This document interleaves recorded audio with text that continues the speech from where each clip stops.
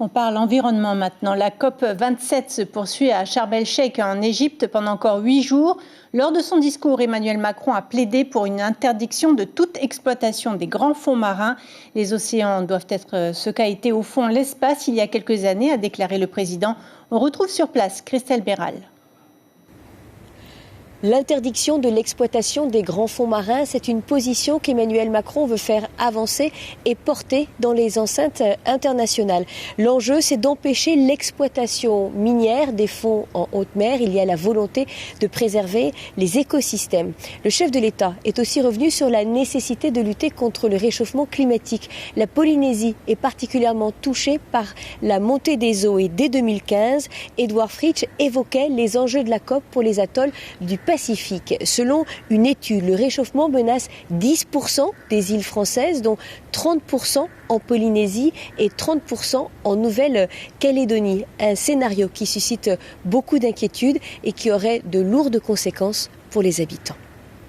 Le dérèglement climatique et l'exploitation des fonds marins, on va en parler tout de suite avec notre invité, mais d'abord voyons comment réagissent les acteurs environnementaux et politiques aux déclarations du président Macron. Reportage Mélie Toumatajiri et Patrick Sinsing. Passé l'effet de surprise, l'annonce d'Emmanuel Macron lundi dernier à la tribune de la COP27 a réjoui certains politiques du Fénois. Mais certaines parts d'ombre demeurent. Cela concerne-t-il nos ZEE ou pas? À cela, le président de la Commission des ressources marines de l'Assemblée a bien une petite idée. Je pense que maintenant que le président Emmanuel Macron qui a interdit l'exploitation de nos grands fonds marins, je pense que c'est conforme un petit peu à notre demande, nous les Polynésiens, qui veulent absolument qu'on défende notre ZEE. Mais attention, rien n'est gagné.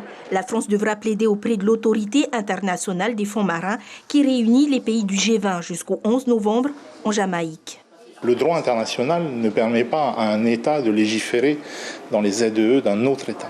Demain, si la France décide de venir exploiter les fonds marins chez nous, personne ne peut l'en empêcher. Pour l'écologiste Jackie Brion, cette déclaration reste ambiguë. Il estime qu'il y a des sujets beaucoup plus urgents à traiter, comme la montée des eaux. Ça manque de matière.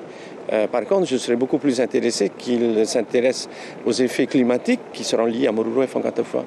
Là, c'est du concret et quels sont les moyens dont l'État, aujourd'hui, envisage pour protéger, bien sûr, nous en priorité, mais l'ensemble du pays du Pacifique qui vont subir une vague qui ressemblerait à un tsunami. Le président Macron a également demandé de revaloriser les aides financières aux pays en voie de développement, dont certains ont déjà les pieds dans l'eau.